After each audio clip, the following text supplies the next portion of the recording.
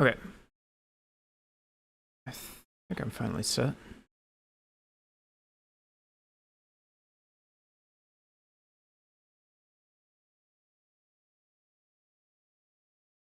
Did the titles update? All kinds of trouble with the title updating. There.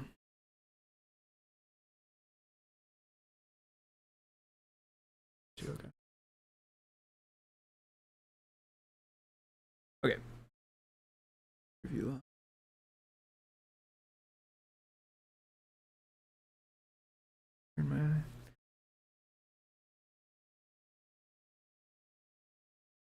All right, I am jumping right in. We're back to the soft keyboard. I worked on this a little bit a week or two ago. I've done a little bit off stream, so I will catch you up real quick to where I'm at, and then I'm diving in to keep going. So the stuff, if you did catch the last stream, the stuff that you would have not seen yet, and I'll say, like, if you want to see the background of what I'm working on today and you didn't watch the last stream, then you can go back and find it. I think it was on, it was either on Deep Dive or on my stream. I think it was on my stream, actually, on Saturday a week or two ago. That's kind of the precursor to this. If you're really interested in the full project, you can go back and see the beginning of it. What I have done since then is break it out so that there's this default layout JSON file, which I'm calling a config, a layout config file. This defines all the different keys, what label is on them. If they are special in that they don't show a printable character, then they have a number for a press value, and that number corresponds to HID codes, because I figured that would be a good ID to use since it already exists. But technically this could be anything. There's just going to be some code somewhere else that's going to check these values and decide what to do with them. For symbols, you can set the font to symbol font. You can set the scale by putting a number here. If you don't set these things, like this key right here has a press value, a font, and a scale. This one only has a label. Those things all default. So if you don't have a press value, it defaults to the string that's in the label. At some point, we're going to have to rectify the uppercase, lowercase situation, but for right now, it's just going to default to what's in the label. We'll like lowercase that, and we'll worry about how to handle all that later. The font defaults to the character font, which is what all of the printable characters are drawn with. The scale defaults to 2 for the printable characters, so you can set it to 1 for the symbol, because the symbol font that it's using currently is actually a little bit bigger, so it doesn't need to be as big scale. The rest of it's pretty much just a list of these keys. So we have like a set of rows, a list of rows. Each row contains a list of keys. Each key contains information about that key. The ones that span multiple columns will have a call span like this that tells it how many grid spaces, how many grid cells to span that key. So you end up with a layout config like this, which you can then pass to the soft keyboard. And of course, this can be changed. This is just the default one. You could create your own one of these with whatever characters you want at whatever size you want. All that kind of stuff. That's the idea.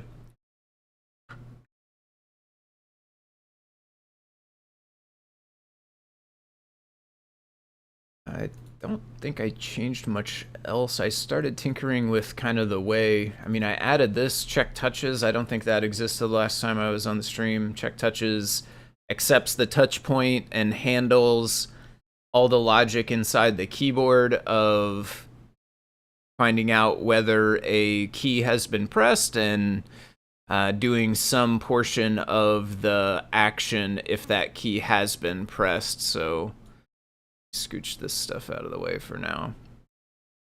So inside CodePy, you're just saying, you know, you do your touchscreen setup all the same way. You'd go touchscreen.touchpoint is P. Ordinarily, it would be pretty common to have something here like if P, and then inside of here, do something with touch point, right? Do something with P. Check where the XY of it is and, you know, do something with it.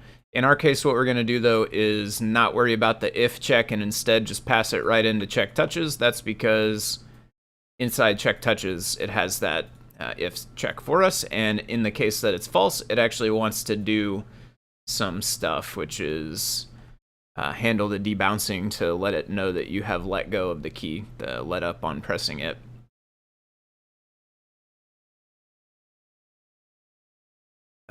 So the JSON does get loaded. The JSON we just were talking about a minute ago, that now gets loaded instead of this big. So before we had all these labels created and added to the layout. Now we have that JSON file, and then we have these loops right here that loop through the JSON file. So quickly stepping through that, we loop over rows. We keep track of a span offset for the current row that we're on. We start looping over columns, which are keys in our case. So, each column maps to one of those key objects in our JSON. One of these keys right here. Oops. We're looping over those. We just default to the character font. If the font was defined in the config, then we set the font to what it was defined as. Right now, the only value that's valid is symbol font. So if you put symbol font as a string, then it will change you over to the symbol font. If you put anything else or you leave it blank, you'll get the character font. Scale, default to 2. If it exists in the config, then set it to whatever it was. Create the label using whatever font we decided, using whatever scale we decided. The text of it will be from key label, which is that is the value that every key has. That's the one value that is not optional, really. You have to have a label. I have clicked to the wrong one again. It will set the text to that. It will create a tuple just to default the size to 1, but it's going to potentially modify it right here. So we kind of default to a 1x1 key, and then we check if the call span configuration exists for that key. If it does, we set the size equal to call span by 1. So this is an XY size. We want to span 2 columns. We go 2 by 1, so on and so forth. So then we're going to have a tuple with our size, which is going to get passed to our cell size here in just a minute. We also need a position, though. So the position is the column index plus the cur span offset that we kept track of up here. And then the row index, because on our loops we are using enumerate in order to get the indexes as well as the values. Row index, call index there. So we go, position is basically call index plus the offset by row index. That's our position. So now we have our label created, and we have our size, and we have our position. We are ready to go layout, add content. The label we created, the position we decided, the size we decided. And then one more thing we need to do is update our offset. So if we did have a call span, we want to update the offset to whatever the call span was, -1. So if it was 2, then we're going to add 1 to our call span offset. That way, for all the subsequent keys in this row, we will shift over by the amount that is necessary to make up for the fact that this key that we just rendered spanned multiple columns. So the rest of them will need to scooch further to the right. Okay. What do I want to tackle next? Is a good question. I did not necessarily plan out specifically what I was going to work on. I think so. It's probably a good time to handle, or at least start handling, the uppercase lowercase situation. Let's see here. 1 second. Let me do this real quick. What's this?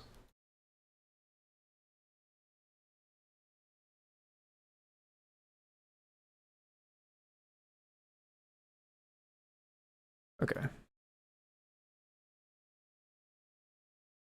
Put us down to a single browser over here.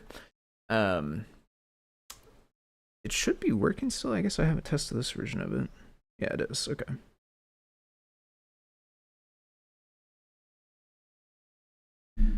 Okay. Right now, everything is all shouty. All the labels are shouty. The text that gets put into the input is shouty, although the text that gets put into the input is actually the responsibility of the user code, not the keyboard. So the user code certainly could say like, you know, key text dot lower right here if it wanted to. But I think that we do want the keyboard to handle a little bit more of it. Like, I think it's probably best if the keyboard will handle uppercase, lowercase. So I don't think do we want to show lowercase labels? I don't think we want to do that. I think we want to keep the uppercase labels, but when we type, we want to type lowercase characters unless Shift was pressed. And maybe we will also end up making a caps lock eventually as well, but let's worry about Shift first. And the way I want it to work, I think, off the bat is you press Shift, and that puts the keyboard into shift mode. Ideally, we can draw a little indicator on the Shift key somehow.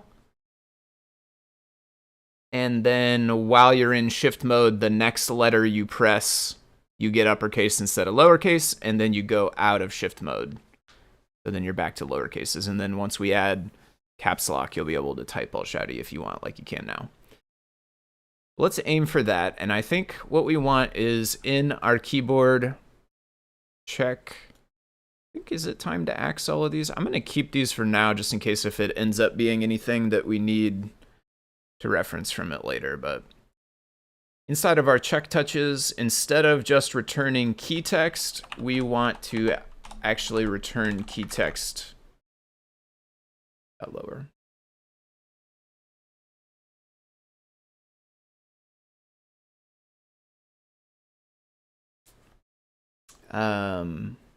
Although one other thing we still need to handle inside of here is if pressed value in key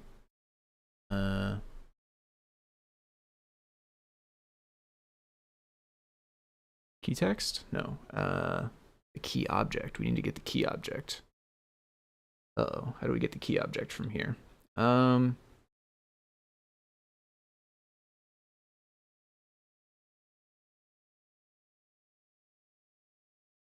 Okay, I think we're going to make use of the fact that you can just attach random objects to whatever you want. So what we're going to do is on the label right here, we're actually going to say L dot key config is equal to key, which is the object that came out of our JSON. That way our label is actually storing the key config for us, which then means when our label gets touched, we already have a reference to our label, so that means that touched cell view dot key config, which this code will complain about because it's like, that's not a property of label, but we know we added it to all of our labels, so that's fine. We could subclass label, I guess, if we wanted, but I don't know, fine with it. If press value is in that, then we actually want to set, actually it gets tricky at that point, doesn't it? I think at that point, actually, let's just go ahead and say key text.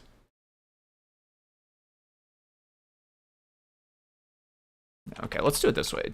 Let's do dot lower right here.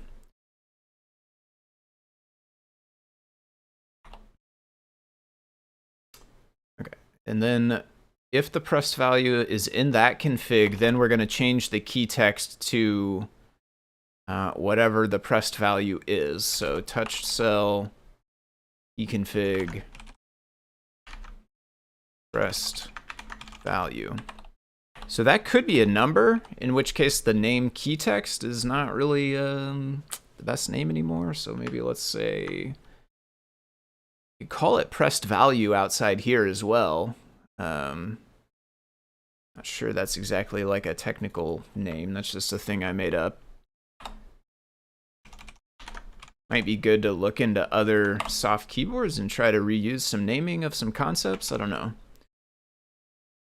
We have kind of a weird split of how it works though, because a lot of soft keyboards are handled by the OS, and then the application code doesn't really necessarily typically have to micromanage the soft keyboard, like ask it which key got pressed and stuff like that. Usually your application code will just make a text input or whatever, and the soft keyboard will input into that if it has focus, without you really explicitly doing anything else, which is not really the paradigm we have in CircuitPython right now for keyboards.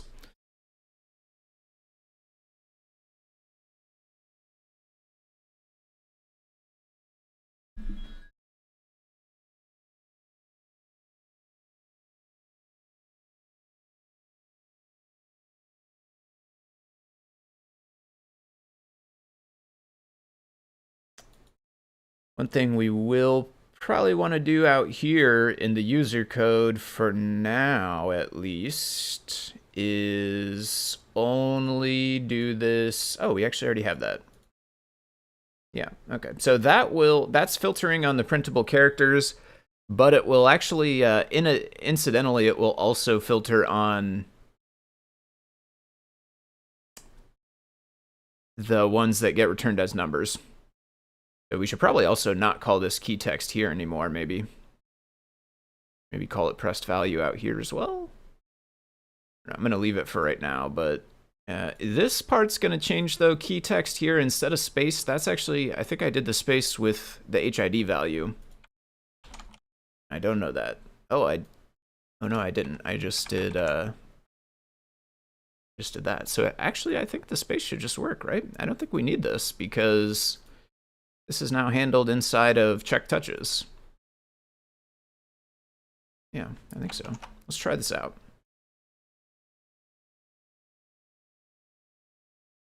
One thing I have noticed that's interesting I want to look into at some point is the way it renders is interesting. The labels render really, really fast. The borders render pretty fast at the start, but then slow way down towards the end. Like, it's almost like each border that it renders somehow makes all the rest of the borders take longer to render, which is odd.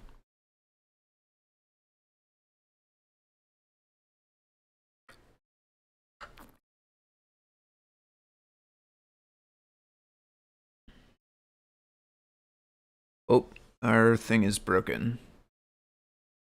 How would that be broken? So our highlight is working, but the is not. So I did not save here, I guess, maybe? Text, we are getting key text here.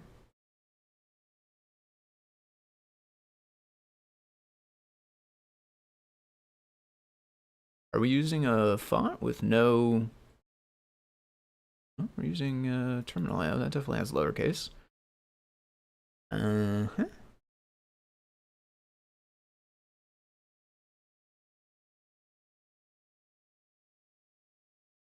Oh, I don't have the lowercase equivalents of all of these.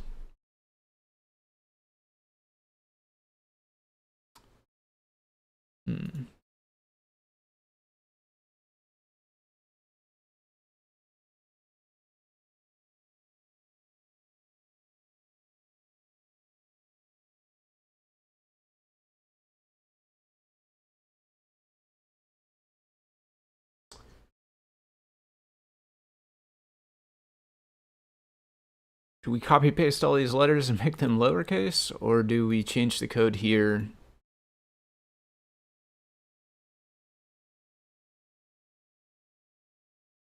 Handle them. Just copy paste them, I guess.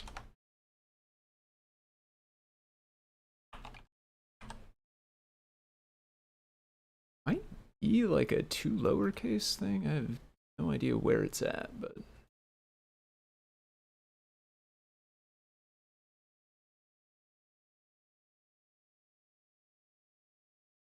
let's give it a quick look, and if we don't find it, we'll brute force just change them. PyCharm to lowercase. Control Shift OU.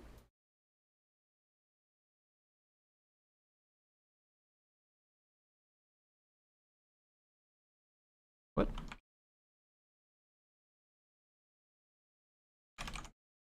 Toggle between upper and lowercase for the selected code fragment, press Control Shift U. I don't know where the O was, but that's fine.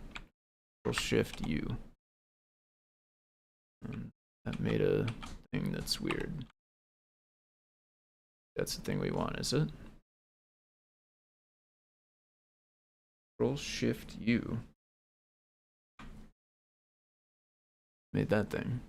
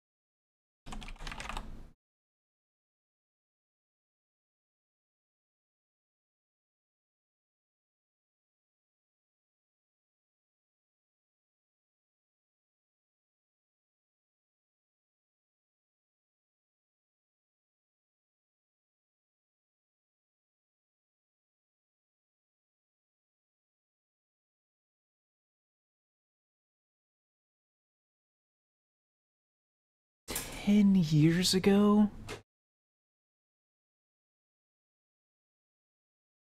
File settings key map. Key map. I don't know the right name to find. Do you find it in here? I searched lowercase. Is it uppercase because it's U? Or is it just case? Toggle case? Editor actions? Supposedly edit code actions? Edit? Maybe up there it would be? Is Control Alt U taken?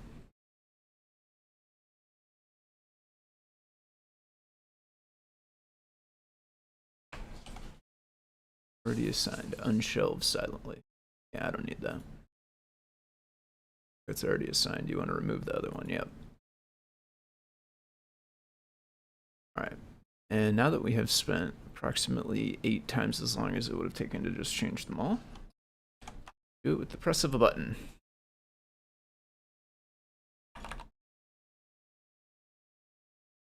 Three buttons. 3 very specific buttons.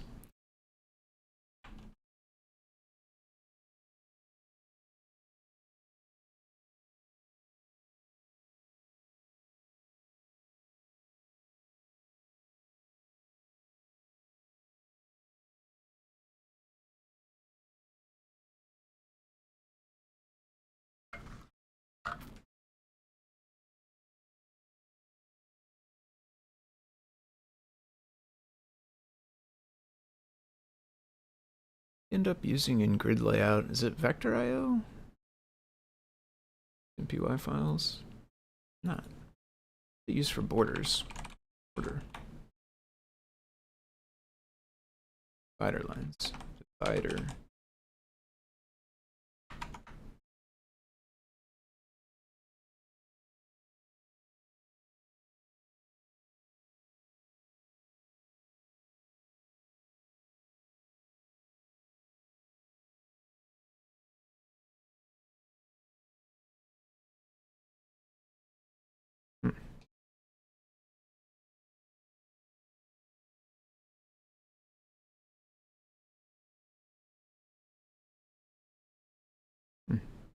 Get rid of that.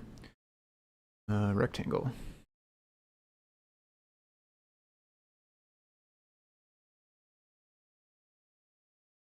Suppose you want to show me which like module we're looking at here. Is this vector IO?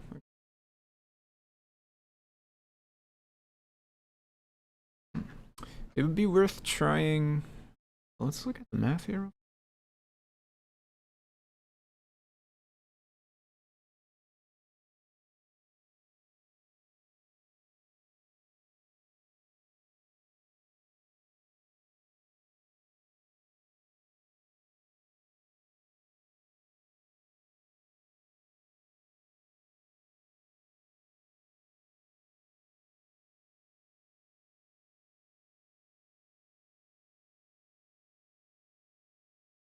What is that doing?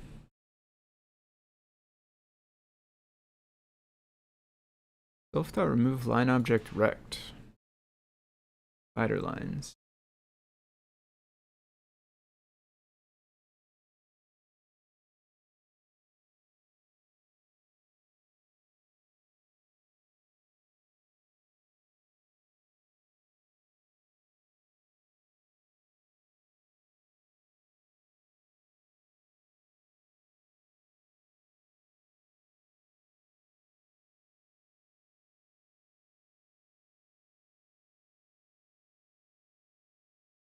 It's getting rid of old divider lines?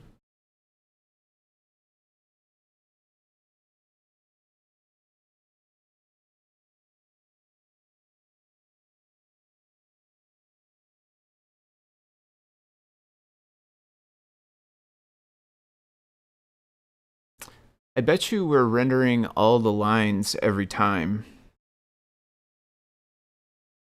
How many times does this get called?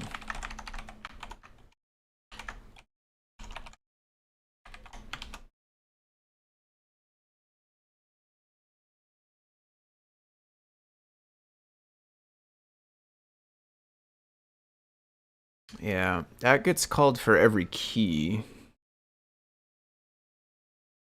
Which then means that we create the outlines for every key and then immediately remove all the existing ones and create them again.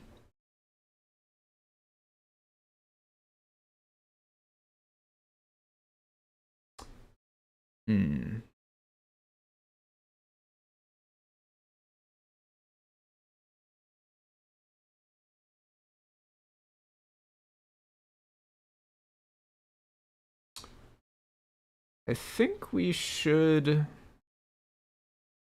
make an argument of this called layout cells equals true.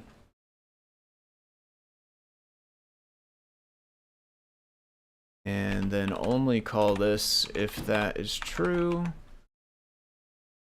And then our soft keyboard, when we add contents all these times, we could say layout cells equals false. And then at the very end, we can tell it to layout.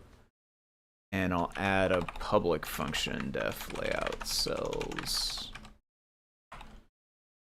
Self.layout cells. I don't know. I guess we could just change it. Is there a reason not to just change it? I don't know. Then after we're done looping all of these, we can tell it to lay out cells once, which means it will not throw away all the lines every time, every key. Cells does not exist. Did I make it a property? Oh, well, it wouldn't be self here, though. It would be... what is it? No, it is self. That is. Self that, yeah.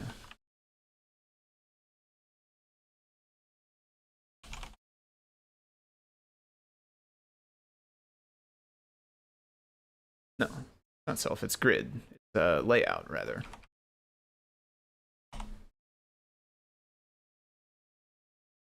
You did not put on self. Yeah, I think we do at the end, though. I guess we could do that earlier, but I'll just do layout for now, I guess. We loop over all those, we tell it layout cells false every time, but then at the very end we call layout cells once. That way, you don't get as much.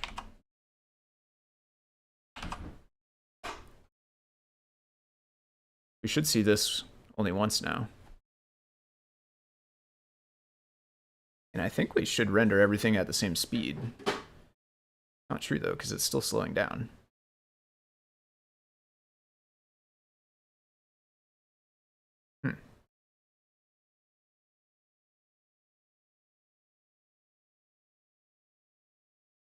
Interesting. And that was like the same speed.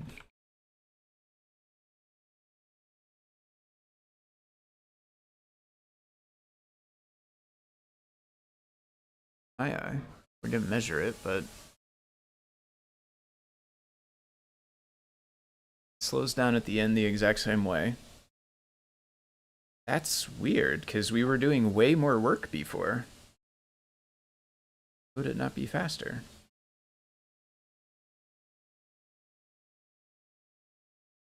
Is that not working? No, it has to be working, because we added the print statement.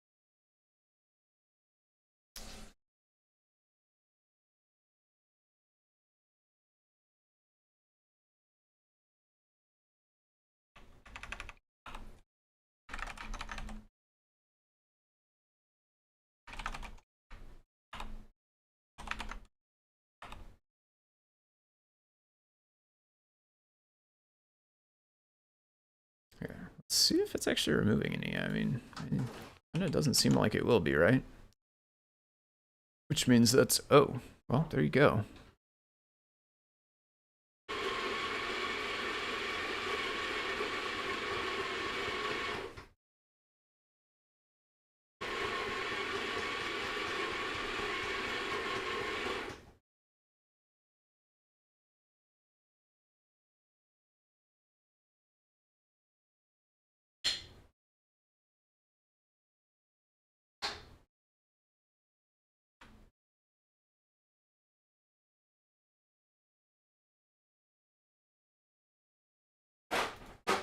Ooh, divider line starts as empty. Empty list of dictionaries. String to any, but I guess any is probably the rectangle.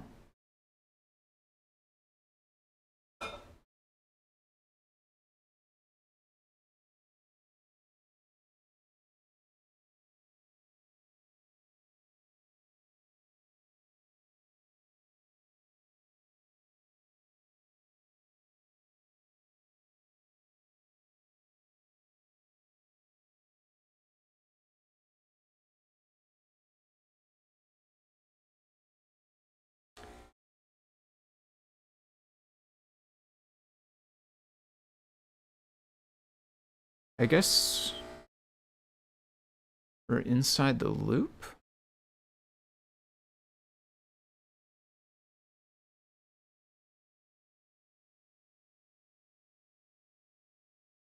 For cell in cell content list.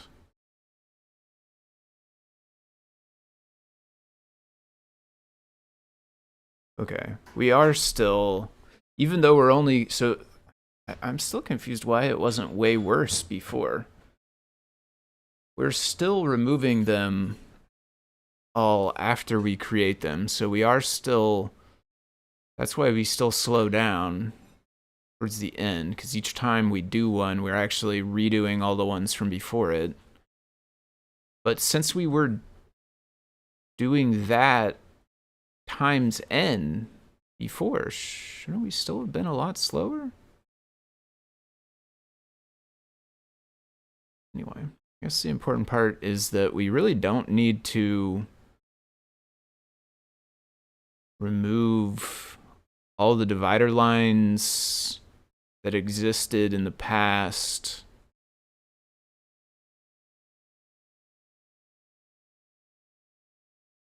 Actually, I'm really... How do they come back? Doesn't make any sense. If we removed the old ones for each...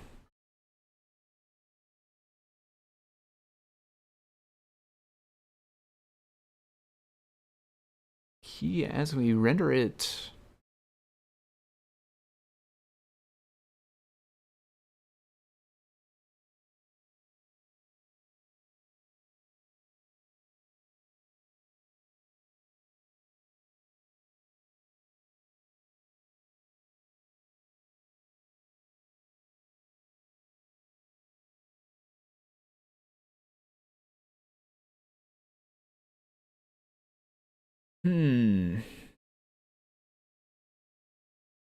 Somehow we need to make it where we're not redoing the lines every time.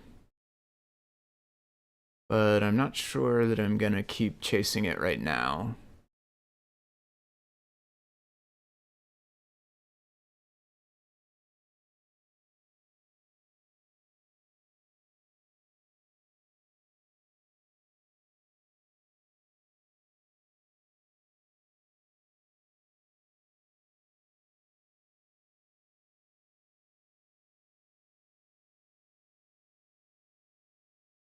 This is...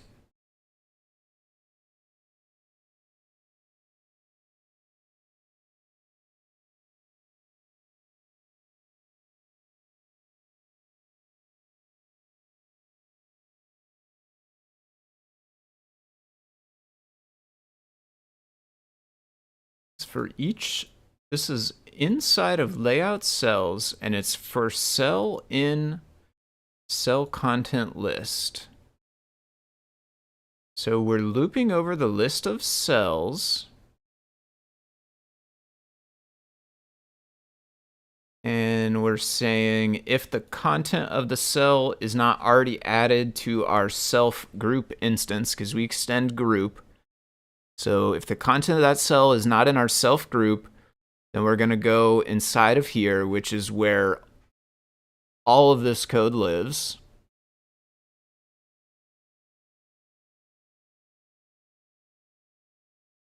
So if it's already in the group, then we don't do any of this stuff. If it's not already in the group, we do this stuff. We get our grid size, we get our grid position, we get our content cell size, get our measured width and measured height. We try to resize the thing to fit within the measured size we just got. We try to set the location of the thing, either using anchor points or XY or something. Maybe this is handling, like, because we're having the anchor point for each content. I don't know. Truthfully, I don't think it matters for the divider line that much. We append the content to self. So that's why it will now be in self, which means if it were to come through here again, that would be false. And then we get to here. If the divider lines are enabled, and we're looping per cell right here, so this should get called, everything in here should get called once per cell. We say, if the divider lines are enabled, create a palette with the colors that we need. If we are using content anchor point, or actually if the content item has anchor point, then we have a certain set of logic for determining the XY location. if the content item does not have anchor point, then basically all the math that anchor point makes a lot easier for you is inside of here. If not, then do the math kind of manually. If it does have anchor point, then here's the math. A little bit different, a little bit easier, in my opinion.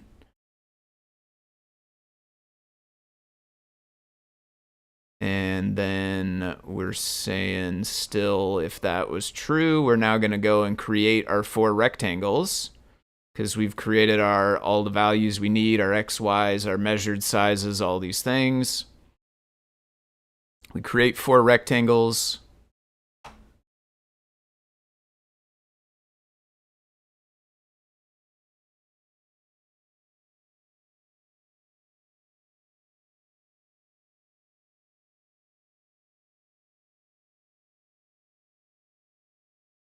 Okay, yeah, we create 4 rectangles, and then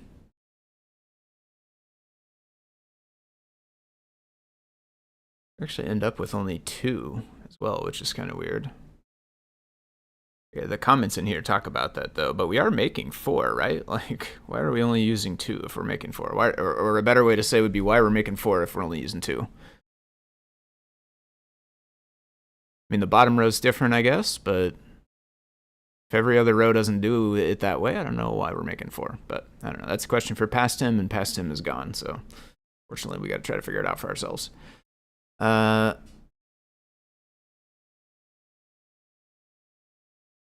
I mean, could we just not do that? I guess. I mean,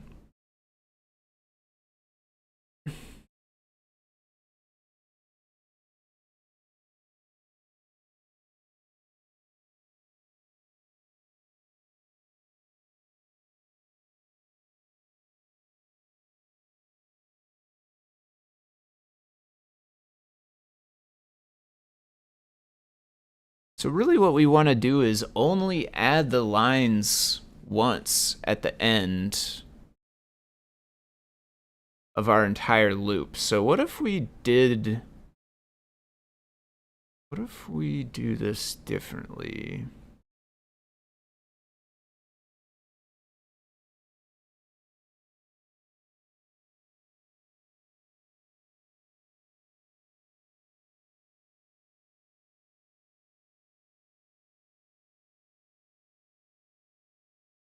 So all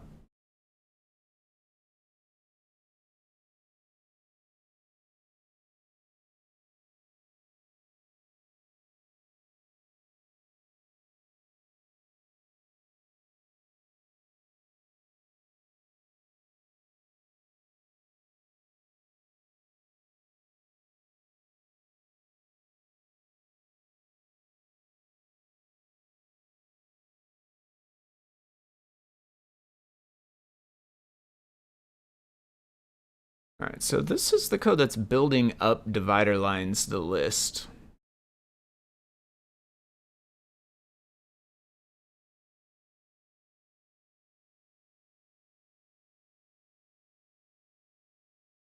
So I mean, I wonder, do we actually need all these different rectangles? I guess we do, right? Well, no, we don't. We should be.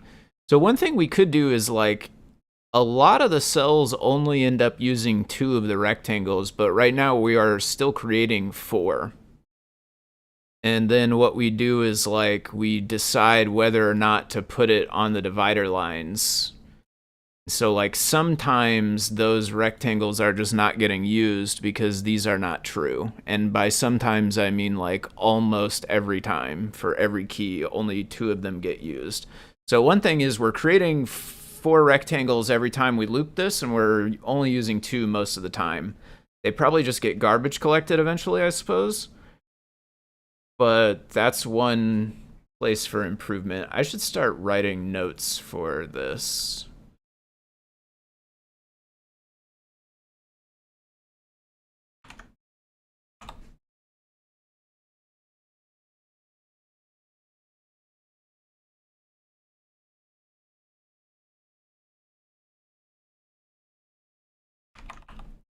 So inside layout cells in the loop over all cell contents,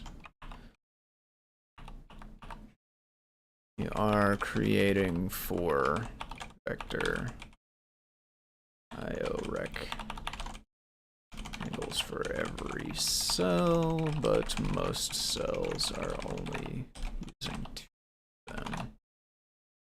Add logic not to create the unneeded ones, to save a little bit of memory because it won't be creating objects, and then presumably save time at some point because it won't be running garbage collector because you created so many objects that you didn't use. Although we might not be filling up memory, so maybe garbage collector is not going to bite us until we actually were trying to use this in a project that's real instead of just kind of this test thing. Okay. So that's one area, that's one possible improvement, but that one's not going to be as much as the one I'm really trying to get at here, which is, what if we would only do this at the end of all the loop? So we got to untab it by a lot. We got to untab it like all the way back to here.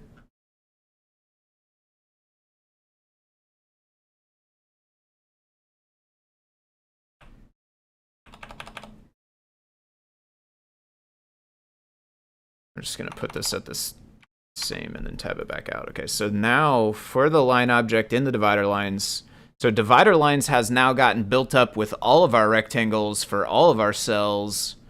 We're going to add them all to ourself at once at the end. And then what we can do is do the removing right here just once at the very beginning before we even start our loop. Still further up, right there. Maybe after our pilot.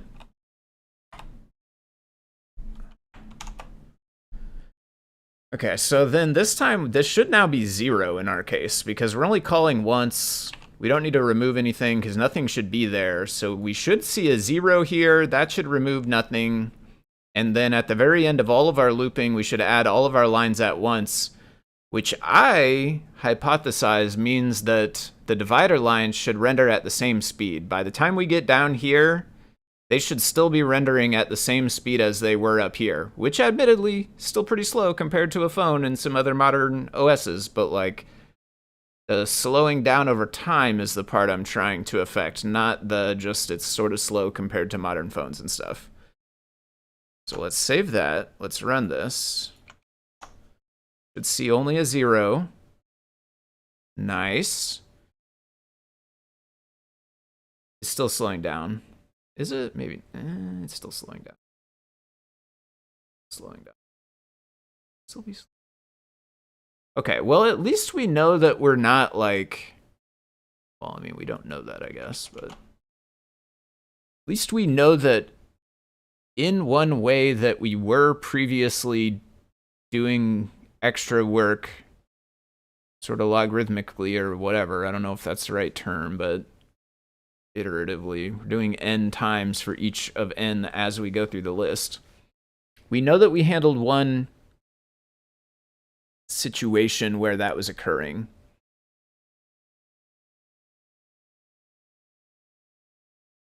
So it's a step in the right direction, but it does still seem like we have something that has that property of taking more time the bigger the n is.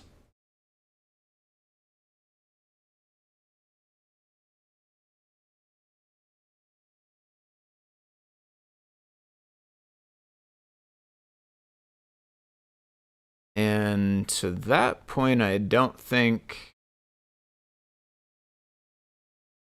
I really have any good ideas of where to look next.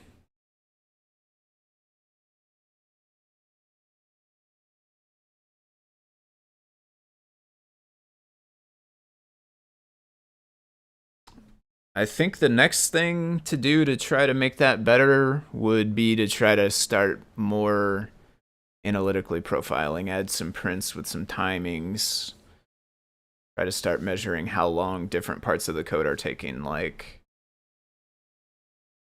does each iteration through here take the exact same amount of time? In my head, I would assume that the answer to that's true. But possibly that's a false assumption. Maybe I'm wrong about it. And maybe there's something with display IO where as you append more things to the group, it takes longer to append the next thing or something. That's possible. I don't think so, but I don't know. But that's one thing to test is like, is that taking a consistent amount of time each iteration? And then basically we would want to do that same kind of analysis in all these different chunks of the code. So does it take the same amount of time to calculate these values for every iteration? Does it take the same amount of time to create these 4 rectangles for each iteration? Eventually we'll run into a chunk of this code where it's taken longer on the last iterations than it is the first ones.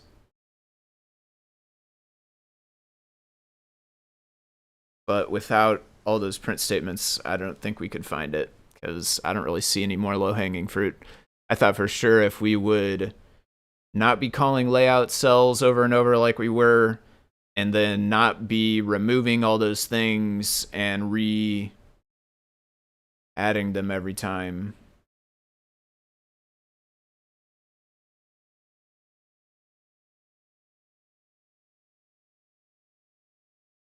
I don't know. That's odd. All right, I will be back in just a second. I gotta run to the restroom. BRB.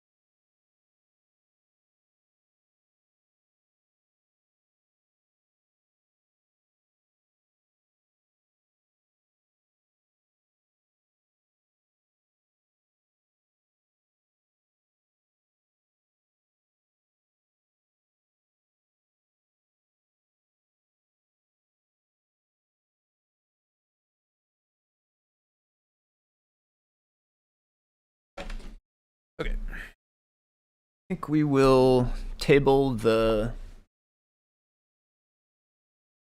sort of timing or efficiency of this exercise for now. What I'll do is I'll leave a note in here. Layout cells seems to take longer with each iteration as it's going over the cells. Maybe if it's in self, maybe this check right here takes longer if self is bigger. I mean, that's true. Actually, that's not true anymore, right? Because we're not adding until the end. So, never mind. I mean, that's like native code anyway. It should be really fast, I would assume, but I don't know. But yeah, it's not true because we're only appending at the end, which means that... Oh wait, but that's not the content though, right? That's the lines. Yeah, my bad. So maybe it is this. Maybe... Because like each time through here, like we would be doing self-append in here on the content like that, which means that for each loop here, self has an additional thing in it.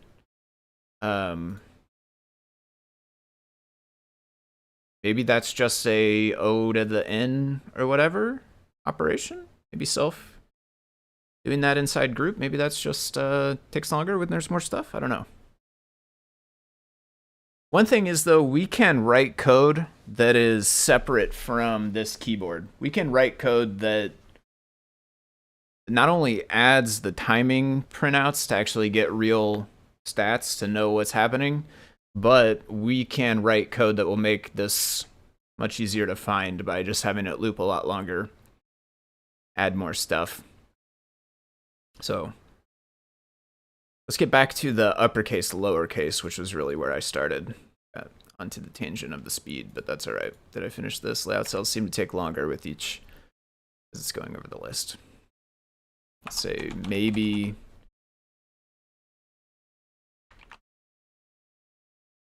let's check. It's ON. Like the length of self.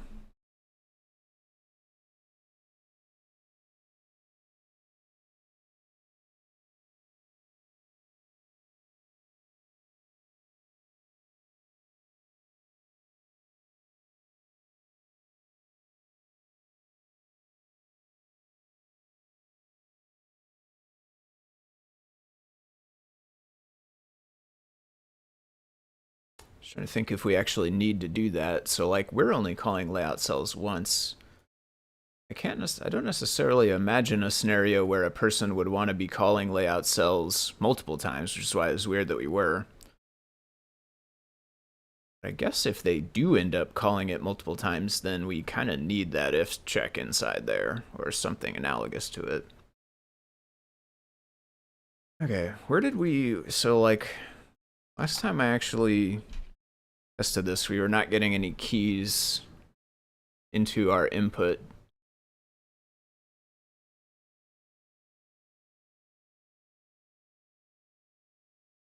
Okay, we are now, and they're lowercase, which is good. Cool.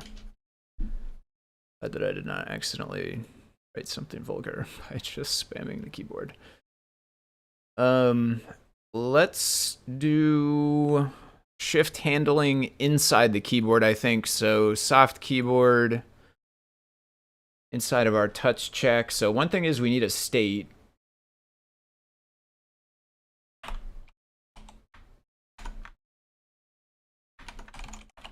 Shift mode false.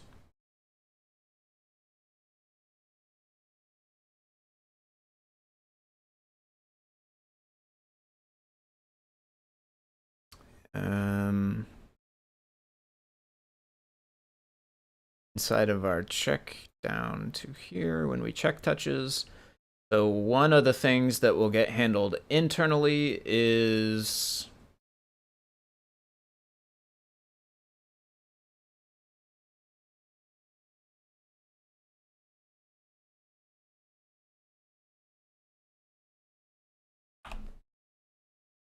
if pressed value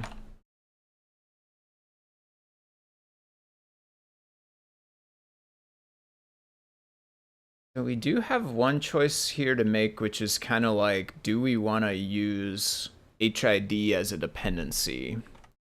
Because I reused HID key codes. We're not using that many of them right now.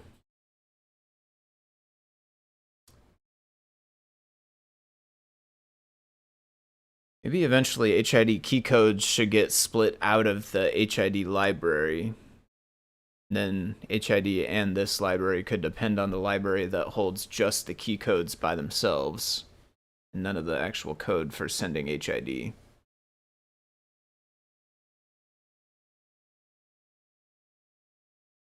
For now, we are just going to check for shift, though, which turns out to be HID number 40.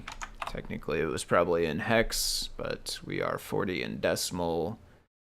Yeah, so that means that the key that was pressed was shift, and so what we're going to do is go self.shift mode equals not self.shift mode. So if we were in shift mode, then we go out of it, and if we were not in shift mode, then we go into it.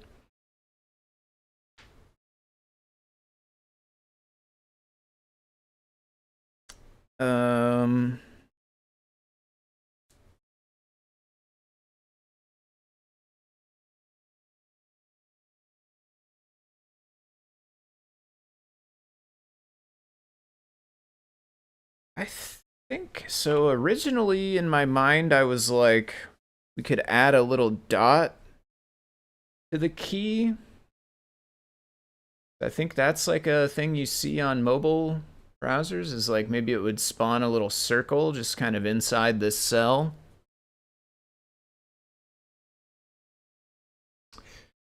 The tricky bit of that, though, is that my grid layout, each cell contains a label, not a group. Technically, label is group, and technically I also did just randomly add some other object to my label earlier out of convenience, and I guess technically I could probably just append to the labels group, but that does not feel like the right solution. So we would have to either make a way in the configuration to tell it, like, hey, make a group, and then put the label inside the group, and then later on something is going to add something else to the group and manage whether or not it's showing, which feels like a lot of stuff to do all at once. What if instead we just kind of reuse the background color situation, and what we say is that if shift mode is true,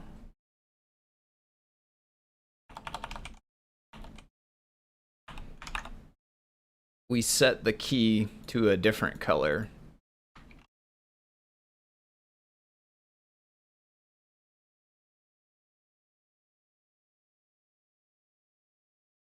But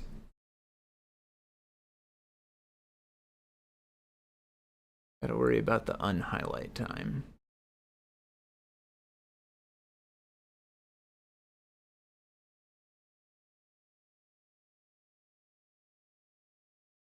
So if we just don't add it to the highlighted views, then it won't get unhighlighted.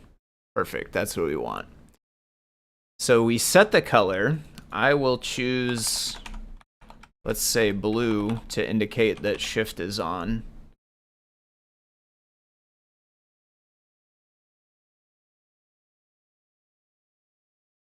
We could give it an else, or actually what we'll do is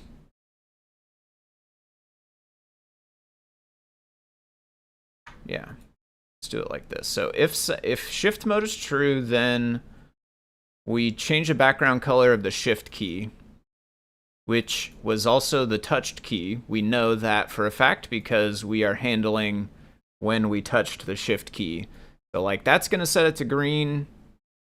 That is actually gonna add it to the highlighted views. We don't actually want. Let's make an else, and let's put this stuff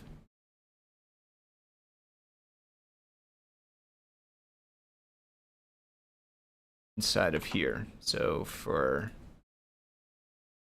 non-special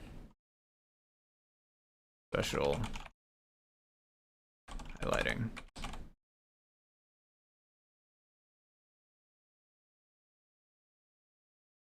Let's put also here shift key.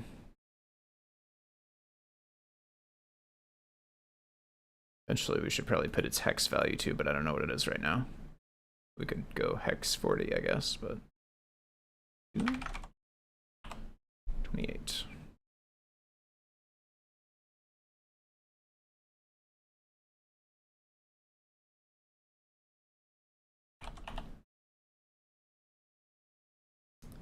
Okay, so we flop shift mode. If shift mode just became true, then we turn on our color highlighting to blue. If it's not true, then we set it back to normal.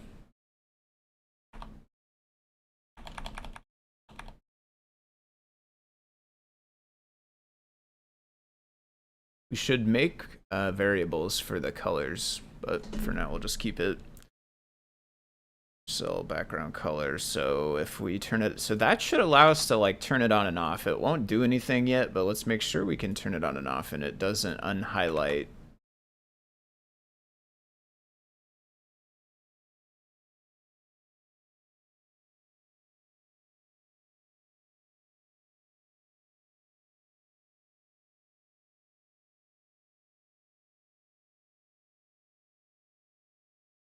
Hmm. That didn't work very well. Key text shift.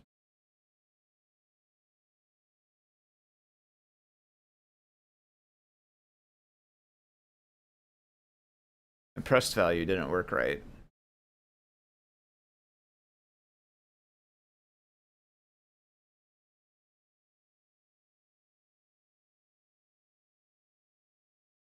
That should have said key text 40.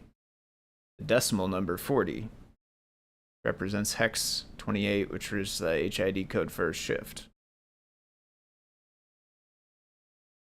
So the key config did not actually work. Maybe we're not allowed to just add stuff, but it's not like crashing.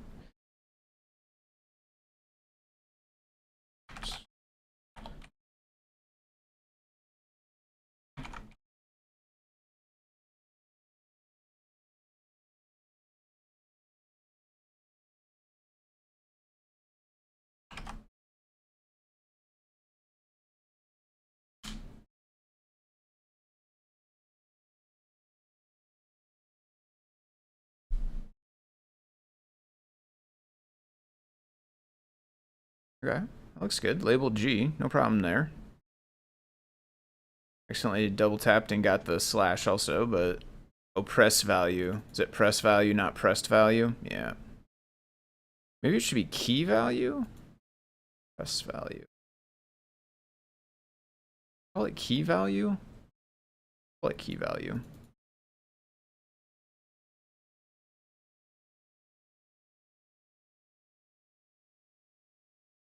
Let me refactor. I don't know. Like that, I guess. You'll replace, I guess. Key value.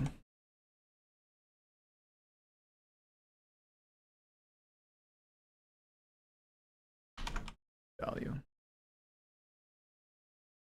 Key value.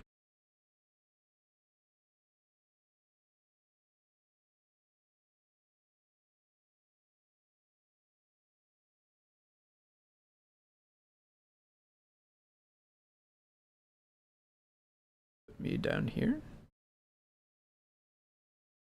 And I'm always looking away from the code. I kind of like that I'm on the right side of the screen, and then I look to my right, and it makes it look like I'm looking at the code.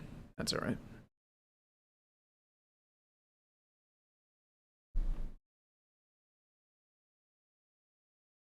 There we go. Okay, so shift is now that.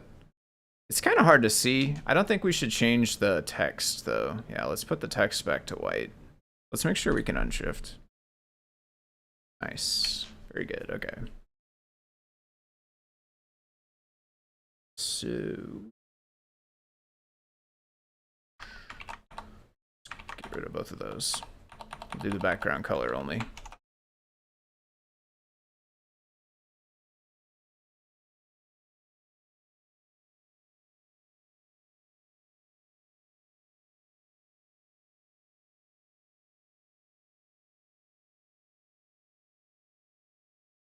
There we go.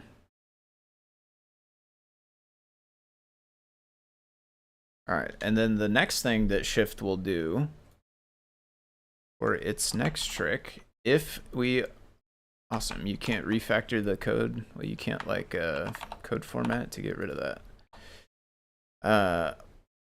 When we press a key that's not shift, like right here, where we did lower right here, actually, we want to say if not self.shift mode, then we do the normal way, else we don't do lower.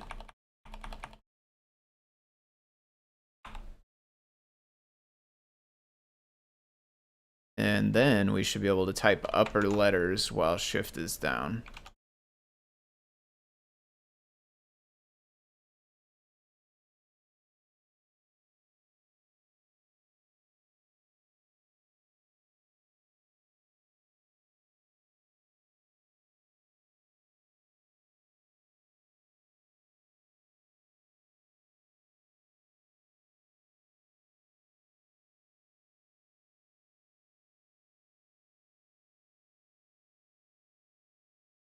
Okay, and then one other thing is right now it's behaving more like caps lock. Eventually we want to have caps lock too, I think, but for shift it should go back to lowercase.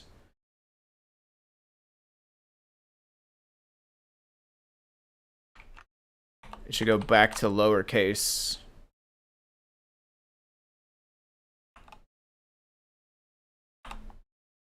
After you use it once.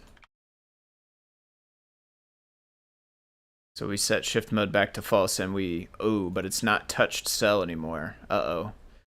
Let's do a thing where we make another variable on self called self.shift key view equals none. And eventually, if we wanted to support multiple shift keys, we would need to be a little fancier than this. But for now, I'm just going to make it so there can be one. When we set the shift key to blue right here, we're going to say self.shift key view is equal to touched cell view, which means now we'll have the shift key view to use later. So that here we can go shift key view, background back to normal. Technically it just hangs out there forever as shift key view, but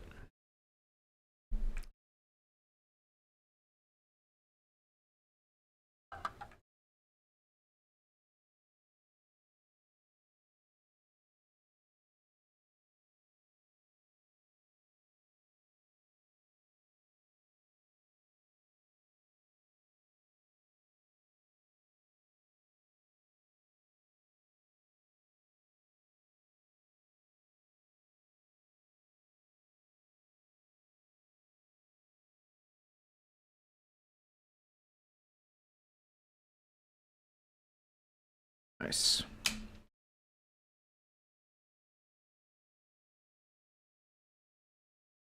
Cool.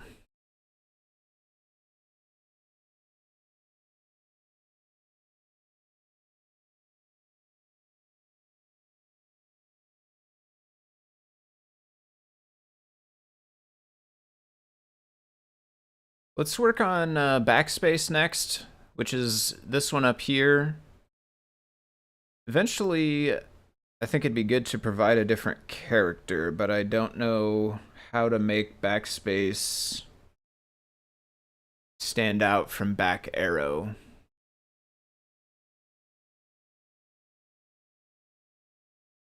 Somebody suggested an idea maybe, but I don't remember what it was. Maybe using the greater than less thans, or maybe just trying to see if there's a different arrow. Right now though, let's not worry about the actual visible thing it does. Let's just try to make it functional. So right now if we touch it, I guess hopefully nothing happens, but maybe it crashes, I don't know. No, nothing happens.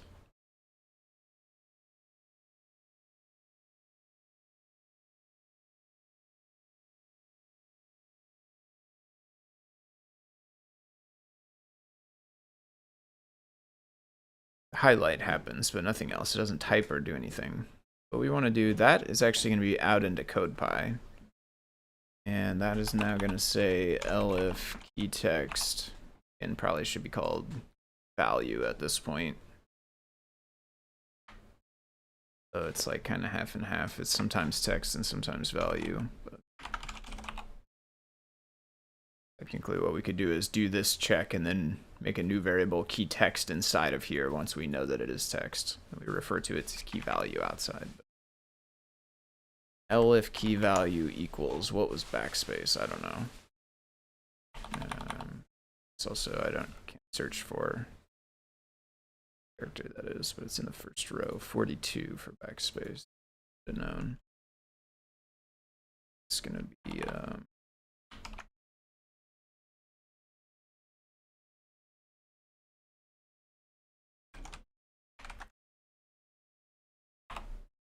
2A.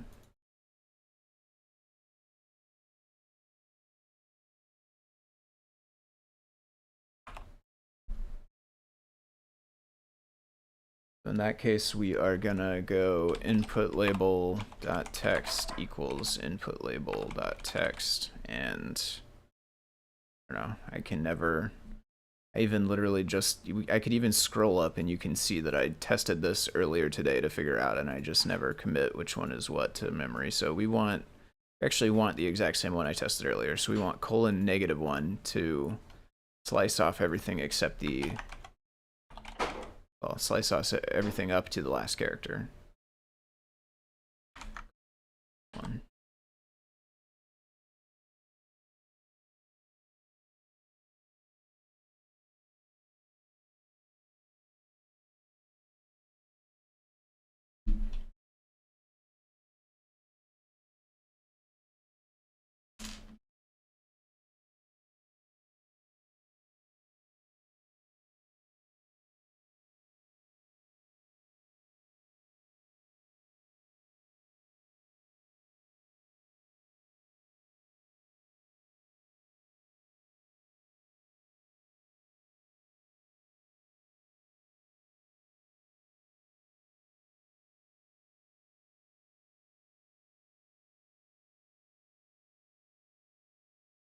Gotta, I think, rerun the calibrator. Also don't have the best angle on it. Maybe I'm just off by I don't think the space worked.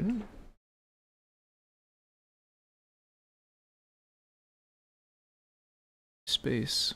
Our space is not working, actually. Is space not in printable characters, I guess?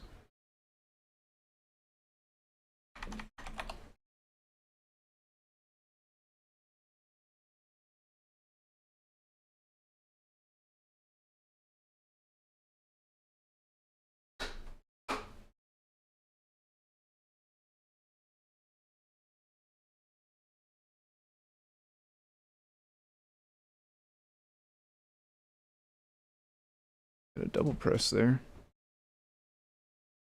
Kind of surprised because they're supposed to be debouncing.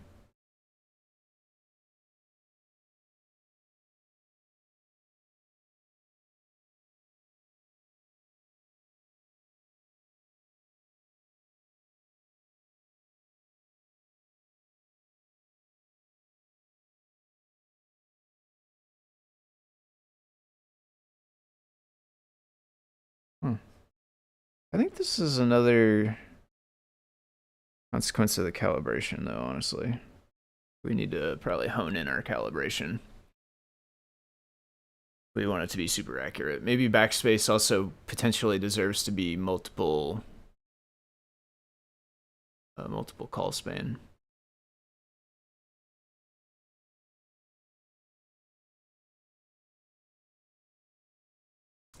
But the basic functionality works. It's weird that it double presses, but I think what's really happening is technically we're like, it's kind of seeing it as a moved on again, off again type thing.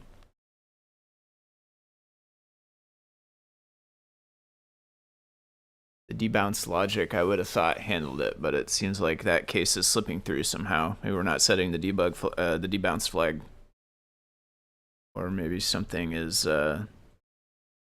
causing it to mess up. Happy Boxing Day. Yep. Happy Boxing Day as well to you, Dexter. Oh yeah, there you go. That's right. I think that is right. In which case we could make it multiples as well.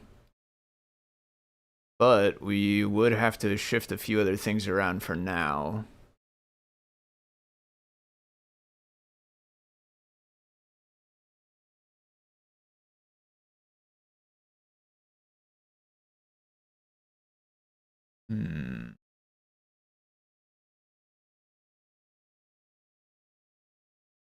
I did get rid of the extra comma as well. I think I ever mentioned that before.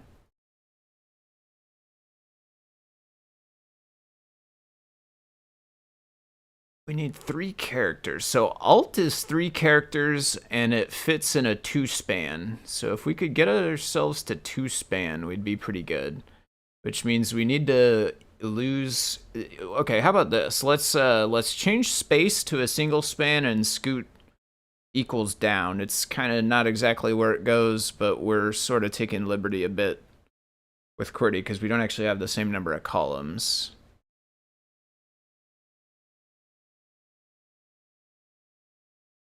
I don't know if you caught the beginning of this or if you go back and watch it later, you'll see this, but I have the layout code is different now. So instead of this big list of all these to create all these things, it's got this JSON file now, which declares everything. You give it the base size. You give it a list of rows right here. Each row has a list of keys, and each key has all the stuff it needs in order to be able to render it and do everything. So what we're going to do is take our backspace, change it to that. We are going to make it a call span of 2. We're going to make it no longer the symbol font. We're going to get rid of the scale. Call span 2. And then we're going to take equal sign, cut that. We're going to go down to the next row, into the keys. We're going to find our slash here. We're going to take away our call span. And then we're going to drop our equal sign between there so that it goes right there. Save that, rerun. See how she goes. Just saw you were streaming about 5 minutes ago. Did see the JSON. That seems like it worked nicely with Neurdocs. Yeah, it's a similar idea. You can kind of build whatever layout you want.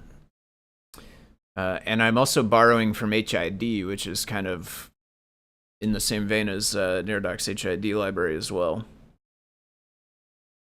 Yeah.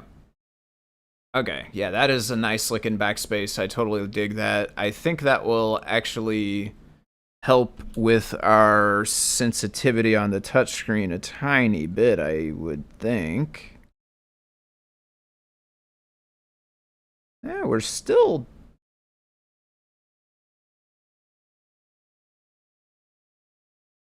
It's always 2. Is it always 2?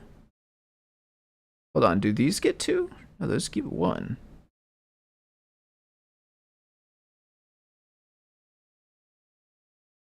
Is it always exactly 2?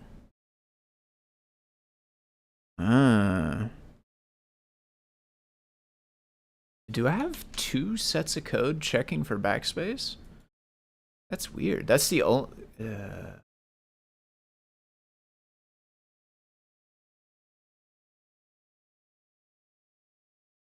Yeah, did I move? But... Very strange.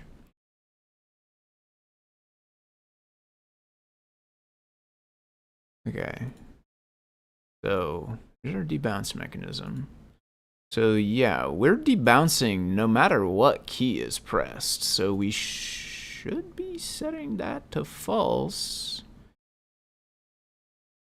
Which should then be false here, and this is also false. So we should not be generating 2 key presses.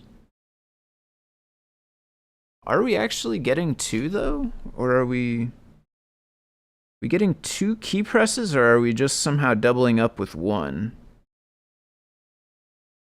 Okay, so M is the last one. We only got 1.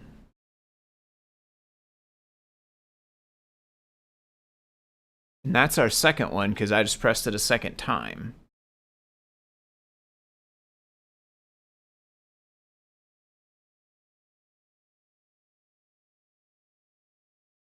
I am being so silly. I have completely just duplicated the code here, obviously.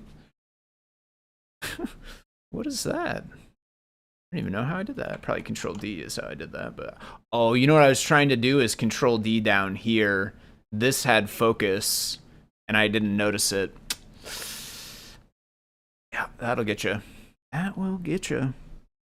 You'll probably check the code a little sooner, huh?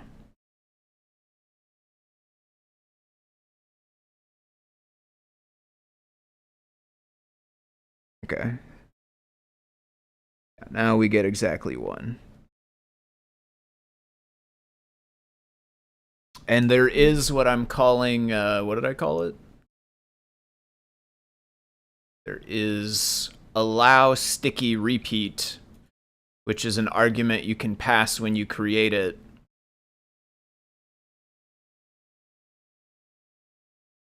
Allow sticky repeat will then set that to true if you want to use it. And what it's supposed to do is let you hold the keys down. I have not tested it very much, so I don't know if it works, but that's the idea. It defaults to false, though.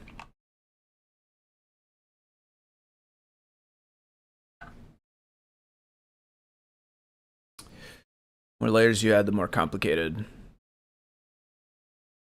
Yes. Well, I don't know how you mean layers exactly.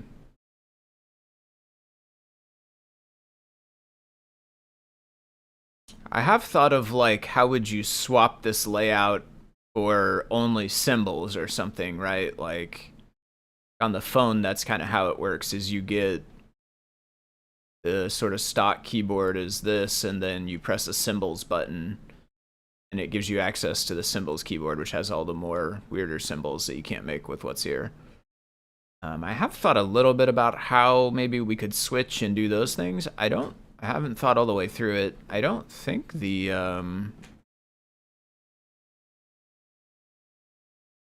debouncing gets any harder in that case. At least not the way that I have it right now. Is the way that I have it right now is debouncing is not per key at all. So it's like you have one debounced state overall, and it gets set back to true whenever there is no touch, which means you have to have let up, and then that gets set back to true.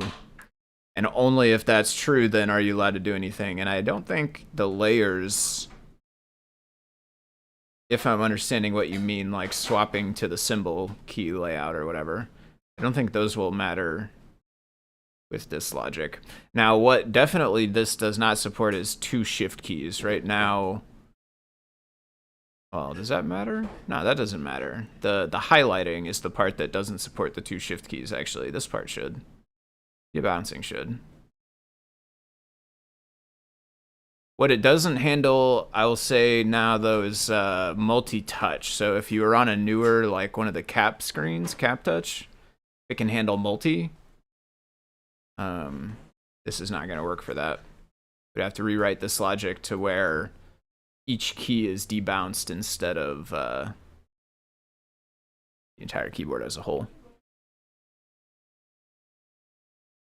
Layers as in keyboard of my project is going to be one of like 8 different pages, a lot of a pen removed to get the pages right. I gotcha.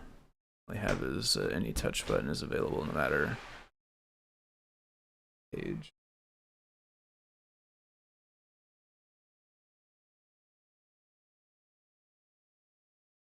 Any touch button is available no matter the page. I see what you're saying. Yeah. The way that I'd have to probably see more of your code to offer full advice, but without seeing most of it, I mean, I saw it, if it's the same code as this, I saw it when I was, but mostly I was with an eye towards removing stuff that I couldn't use. You know what might be worth looking into? Like, isn't there a page layout? I know I made page layout. Did I add it to display layout? I think so, right? Page layout could help you keep that organized a little better. It doesn't help with the exact problem of the touch points. You would still need some logic to say, like, only process touch points for objects that are on the page that we're currently showing. You still need to probably have that logic somehow. But I will say the page layout, it does help you organize the visual side of things. So like, you know, settings page, main page, alternative page, Wi-Fi settings page, if that's a different one than settings. You could kind of create those as different pages, and then it's real easy to just be like, show this page, show that page, show the other page, without your user code having to micromanage it as much. like with the appends and all that kind of stuff, appends and pops and all that. You won't have to worry about any of that. Instead, you'll be able to just say like page layout.show main or show settings, or you can do it by index. I think you can do it by, pretty sure there's a way to do it by label or key or name or whatever I called it. I don't know for sure what I called it, but tried page layout at first. Seems to be an issue with sprite buttons. My logic is not as good as you would do. It's work in progress. Actually doing root grab main loop. I managed to switch out the root groups. Yeah, that's kind of what it manages, kind of that stuff for you.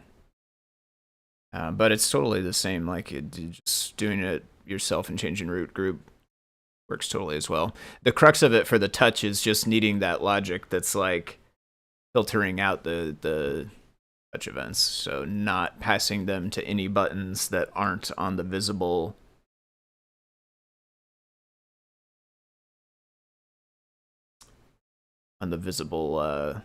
group. So how would you do that? So if you're changing out root group, one thing you could do is like in your main loop, you could. So right now, I assume you have all your buttons like either in a list, or you just have all your buttons existing as variables, and then in your main loop, you're doing like either iterating your list, or on each of your buttons, you're saying button dot whatever the function is. I don't know, touch point or something, button dot touch. I don't know what it's called, but you pass in the touch point and then it makes the button toggle whether or not it's being touched. What you could do is then in your main loop, instead of doing every single button every single time, what you'll do is iterate over all the views that are in your root group. So you could go like for view in display.root group. That will loop you over all the views that are in your root group. And then for each one of those, you could say like if type of it is button, then call that check button function, whatever it's called. Buttons are basically sprite buttons, so they're labels, yeah. Okay, yeah, and that should work. The same concept, the same idea should work with sprite buttons as well, because I think they have mostly the same interface for checking if it's touched. But the key is looping over all the views in root group, finding all the ones that are buttons or touch buttons, or you could key on has adder of whatever that. Let me stop saying whatever it is and go find out what it actually is. Now I'm actually curious myself.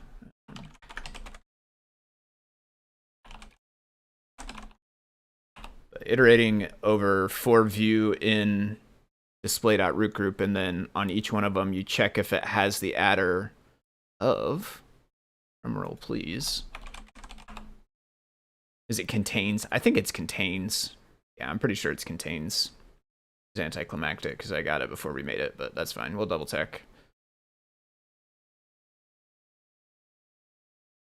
Yeah. bb.contains.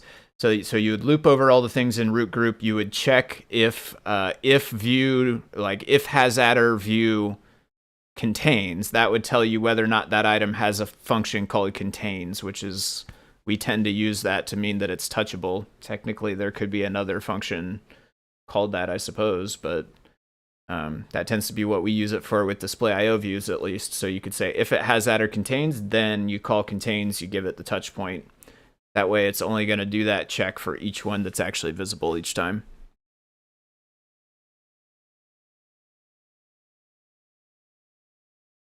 Off keyboard was just one page of changing the Wi-Fi layout.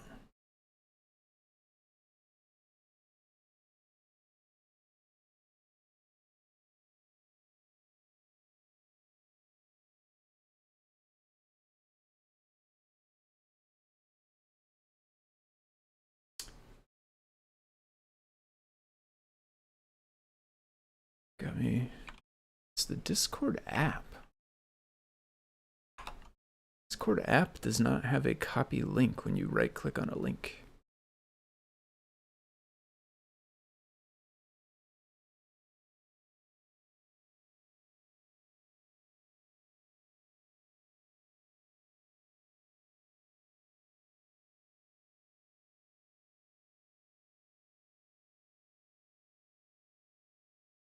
Ah, I see how. So I see how you're doing it. You broke up your main. That's like an interesting way to do it as well.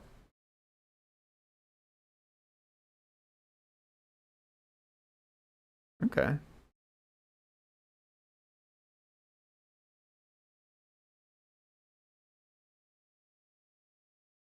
And there must be one while true outside of all these. Is that? Yeah, there it is. Okay. You can actually make each of these an if instead of a while. I don't know if it changes. It doesn't really change anything, I guess. I don't know if one is better or worse. In my brain, the way I think of them is if, though. I think of this as one big infinite loop, and then each time through that infinite loop, I think of it as saying, like, if the root group is the main group, then do this chunk of code. This will be the same, and it will just make the loop tighter, so it's not checking on each one every time, I guess. Okay. Yeah, that's interesting. It should be already basically doing what I was talking about. This code, it's written differently, but it should be doing the same thing for you. In terms of, like, each page is kind of handling its own deal, so I'm surprised the buttons are getting mixed up. Like, if it's registering presses on pages that aren't visible, I assume is what you mean. I'm surprised it's doing that.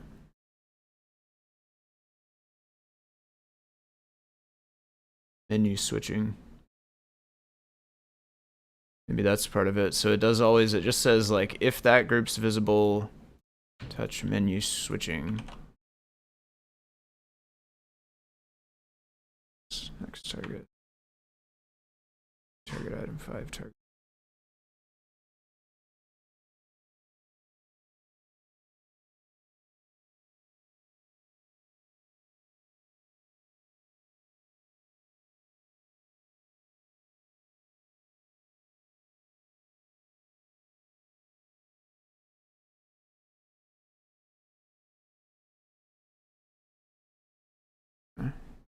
Are there any contains outside of that?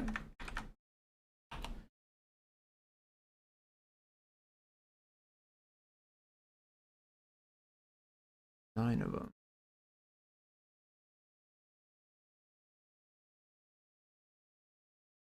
Yeah, just all those. Are those buttons visible on every page, or are some of these buttons only supposed to be on certain pages?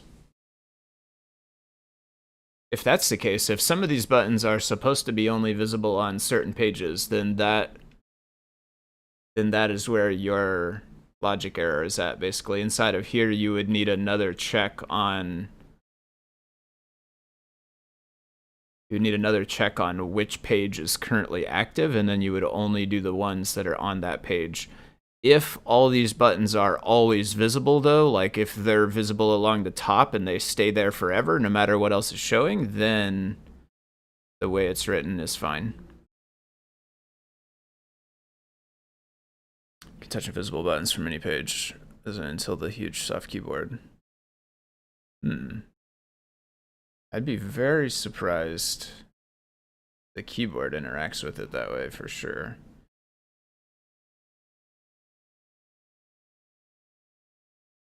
Or that, like, adding the keyboard would have changed that behavior with regards to that is very surprising to me, for sure. Because all the keyboard code, like you said, is inside of here. Like, none of the keyboard code does anything anytime that root group is not Wi-Fi change group. I don't know.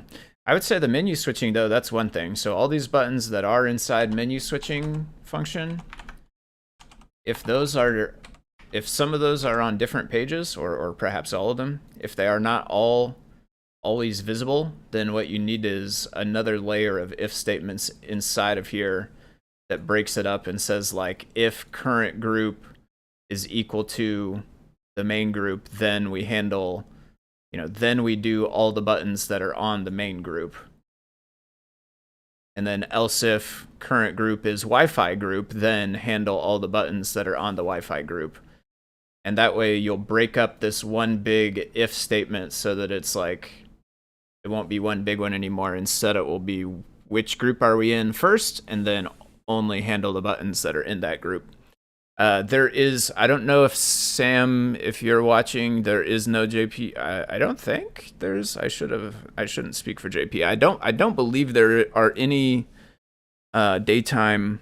I shouldn't say that either. I don't think JP is streaming today. I think maybe next week or the week after is when he's coming back.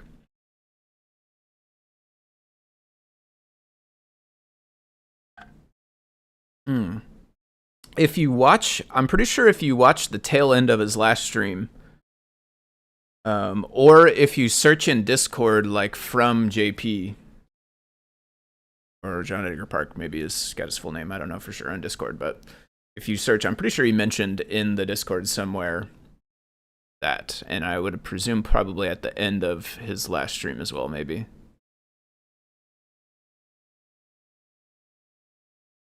Okay, yeah, so this page has only 3 buttons.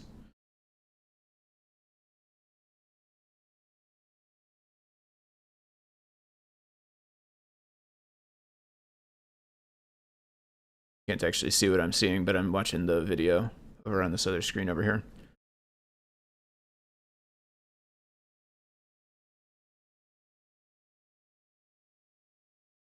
And so and I'm guessing then you can like, if you press in the middle somewhere,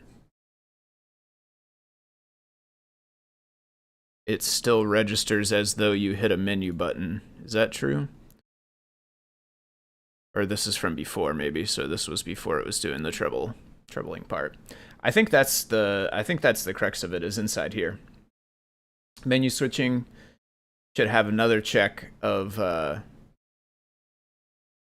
which group you're inside of currently, which it looks like it should be current group, but if it's not that, you could always check display.root group if current group here means something different. I'm not sure. Still pressable. Yep. Okay. Yep. I'm like 99% sure then here is where your crux is. You check like if group is main menu, if current group is main menu, and then whichever, is this like item 1, item 2, item 3, are those the main menu items, I guess, probably? So then those would be only inside if current group is menu. Whereas these actually are the 3 that are always on. So these 3 would actually stay outside of that. Based on the video I saw, at least, these 3 were on every screen, I think, from memory. So maybe I'm wrong. But if those are every screen, then they stay outside this new if statement I'm talking about. But then the rest of these ones here, all those item 1, I don't even know why that just scrolled me so far away. That was weird. Item 1, item 2, all of those would need to be if current group is menu group.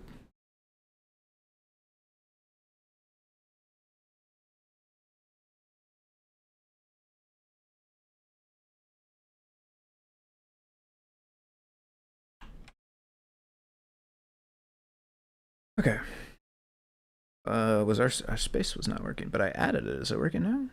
Did I not restart it yet? I don't know. Okay, now space is back to working. Cool.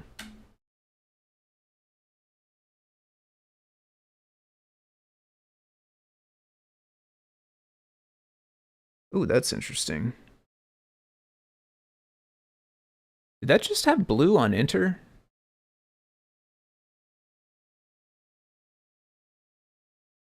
That's weird. I would have thought enter was doing nothing right now. Maybe did I copy shift or something?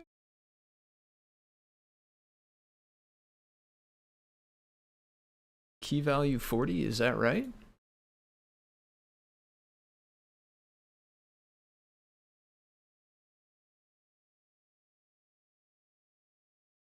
So I was looking in HID. Do I have it open?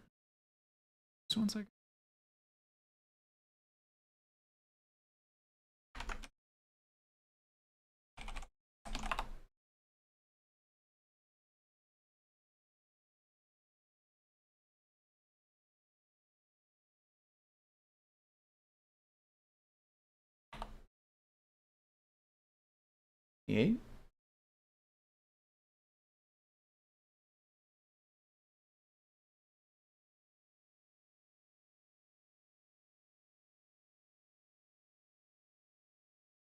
So that's 40. Turning 40.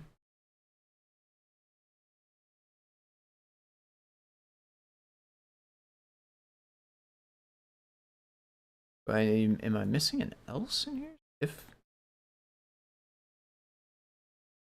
oh, shift key is not 28.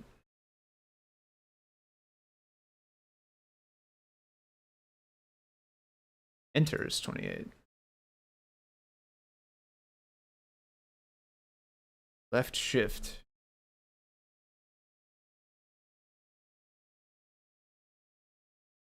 One, is there just shift? Shift is left shift. Okay. E1. What I did there. Why does shift work for shift? I put 40 in here also. Okay. I'm on the same page as myself. So we want E1. What is that in decimal?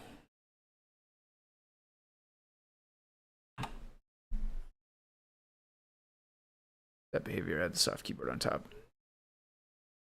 Yeah, for sure.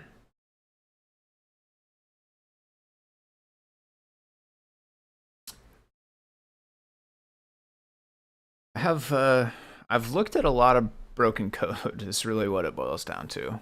I've spent a lot of time of my life looking at code that doesn't do what I want it to do, thinking about why.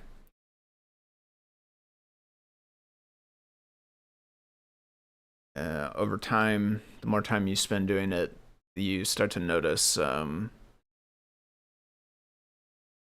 repetitions of same reasons pop up, or similar reasons pop up over and over again. Similar enough to draw similarities. Make it easier to spot next time. But programming is also fun and interesting because there's new ways of things breaking all the time as well. So lots of time I'm looking at code and not understanding why it's not working, but still trying to figure it out. And it's like a new and exciting thing that I've never seen before. Shift will need to be 225 here, which is actually E1. And I was just way off on this. I don't know what I was doing there. Backspace we handled outside here. That was 42, and enter is 40, and we're not actually handling enter at all yet. And the reason shift was working was an accident because I had put 40 there. Now we have actually left shift being the correct number, so let's save that. Let's restart this. I think I'm probably going to head out here pretty soon. Kind of hungry. And I can see it's starting to snow. It's not affecting me that much, but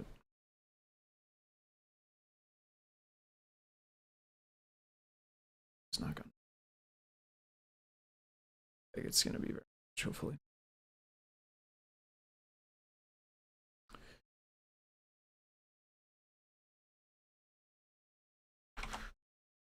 Let's make sure shift.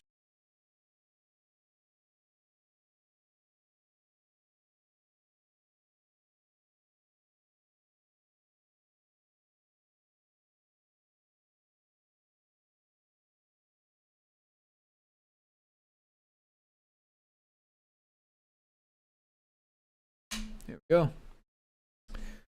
That shift backspace, regular space, all working. Arrow keys are going to be tough unless / until we have a cursor.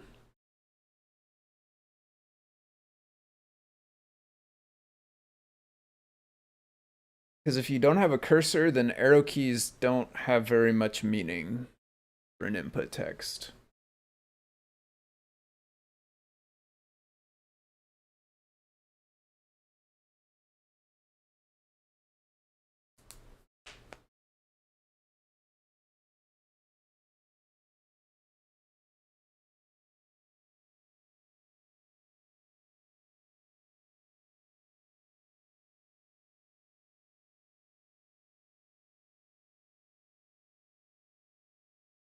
Okay, so I actually did make a little bit of a tweak into grid layout.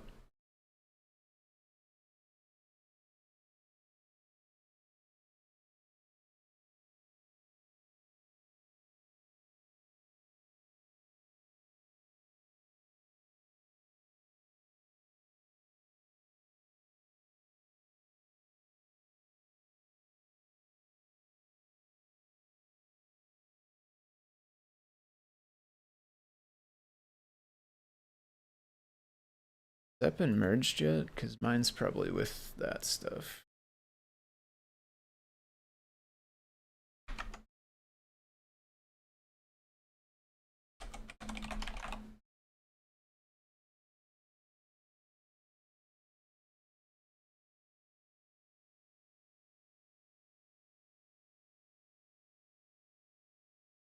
Make it more like a mobile device keyboard with special characters having their own grid. Yeah.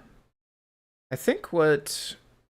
So right now the way I have it is you pass in the layout when you create it, and then there's actually a default layout, so now I'm not actually passing it in at all.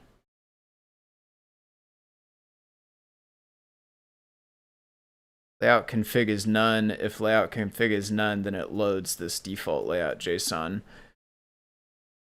So you could also load your own layout config and pass it when you create the soft keyboard from your user code. But I think what I would also like, which does not exist right now, but something like soft keyboard.layout layout config equals new layout config.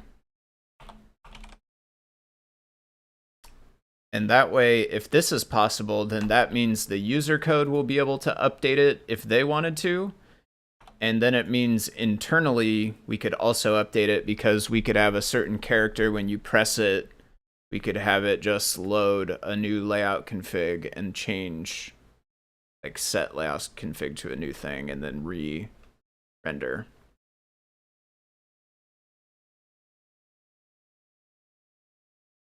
That is how I'm imagining handling that, although none of that code is actually in here yet.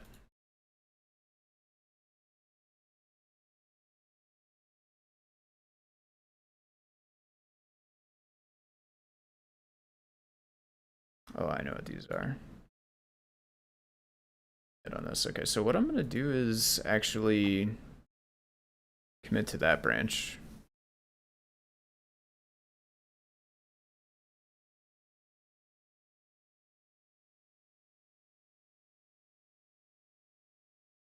Which is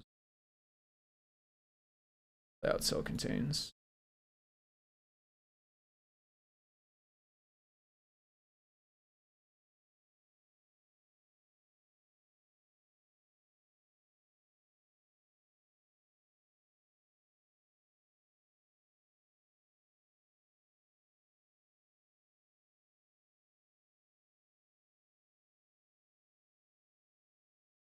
Cookies are just a test for Unicode more than to actually trying to have them. I gotcha.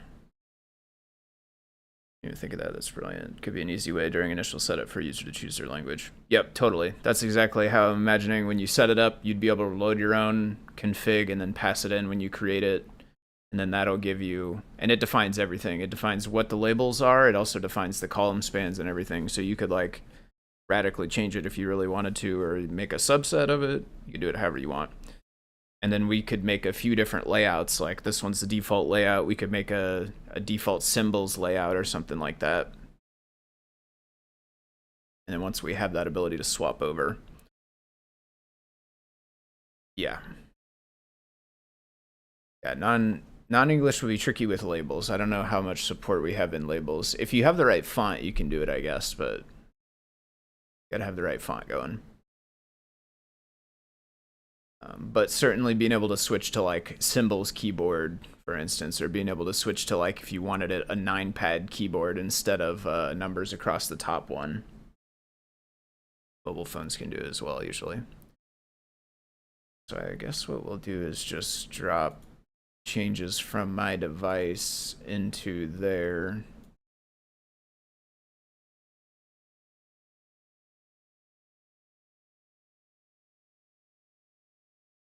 That's only gonna change what I just added, which was, that's wrong, we don't want to do that. That randomly got indented. I don't really want to do that. At the end of the day though, black is gonna do whatever black is gonna do to that, so like, out of our hands. I suppose I don't really want to go through and click this for all of them. These, I think.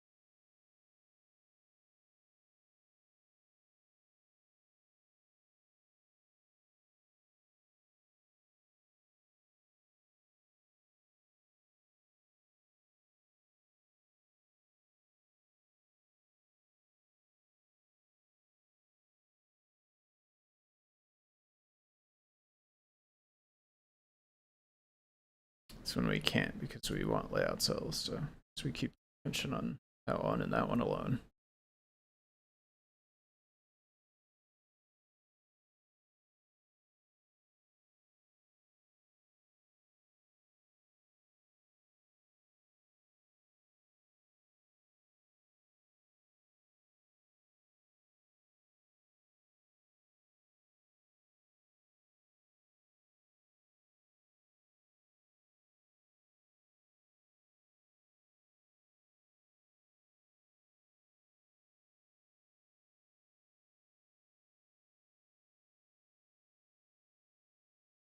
All right. And now the first thing we do is copy that back to the device so that next time we make changes, we don't have to go through that full list manually.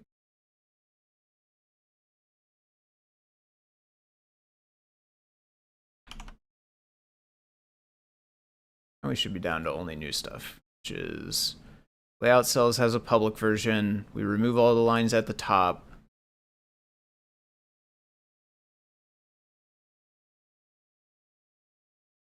I shouldn't have taken this one. Crud. I also don't know where it's supposed to be. I don't know, we have to look outside of this view. That's probably right, but we gotta look.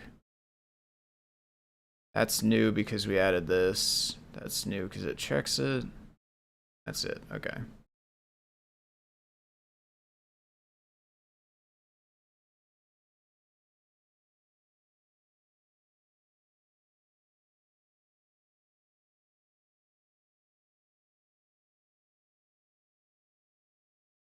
Yeah, that should be right.